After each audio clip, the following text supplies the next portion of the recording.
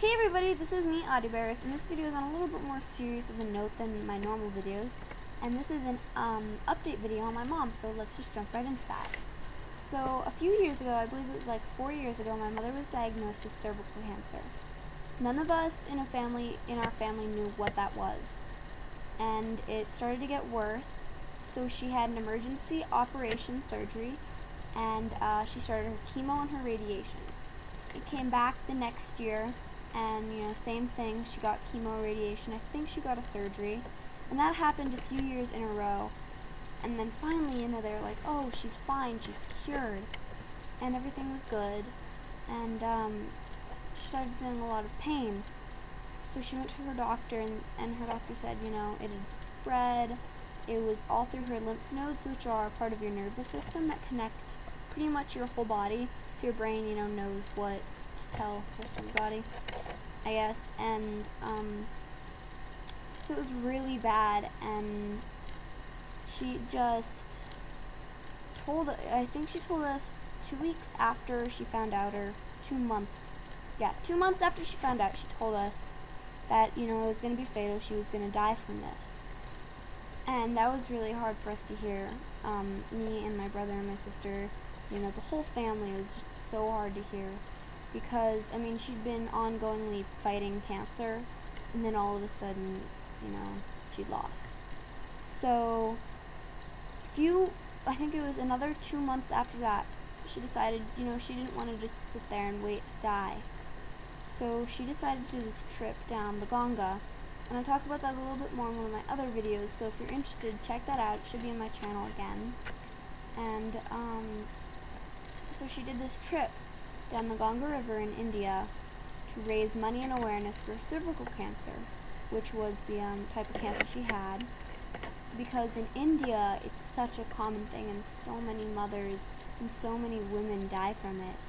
Now, cervical cancer itself is female specific, but it comes from HPV, which can go male or female, and it's in pretty much every man in the world. And yeah, it was just amazing that she went to India and did that. And she came back Thanksgiving, the day after Thanksgiving. So that was, November 20-something. Let's just call it the end of November. And then February-ish, she got really sick, and things weren't looking good, and I stayed and I took care of her. And by the end of by February 3rd, I believe, we got a phone call saying, come down to the house, because I was staying at my dad's house for that day, just to, take a little break from how intense things had been. Your mom doesn't look like she's going to make it through the night. So we went over and we said our goodbyes, we said everything we wanted to say to her. And Super Bowl Sunday was the 5th. And we drove, okay, sorry, I need to go backwards. February 3rd, we stayed at her house. We all kind of crowded into one little room, and we had some, I don't know, barbecue, I don't even remember. We had something, and we all just kind of sat there in shock, and one by one, we would go in her room and say goodbye. And she held on all through the night, which we were all amazed. And February 4th, she was, it had spread to her brain, so she was pretty much out of it. And February 5th at 4 in the morning, she passed away. So that is her story, I guess. And this is why, a lot has been going on in my life right now. And things got really crazy after that, because she wanted this specific type of death, and we'd all talked about it, we'd planned it all, and what she wanted was a funeral pyre, which is the way they did it in India, and it was pretty much a giant bonfire, and they would put the dead person into the fire, and it would be like an open cremation. Thing is, that's India, and this is the US, where there's a lot of laws on stuff like that. So it took a lot of work, and it looked like it wasn't going to happen until right after she died. But she got her funeral pyre, in Crestone, Colorado, which is a Buddhist temple where we lived.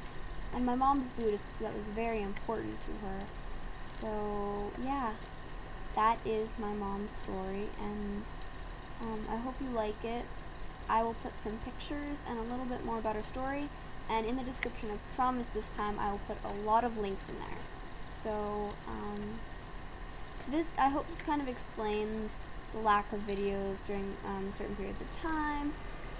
And so, yeah, have a good day. Love you guys, everyone.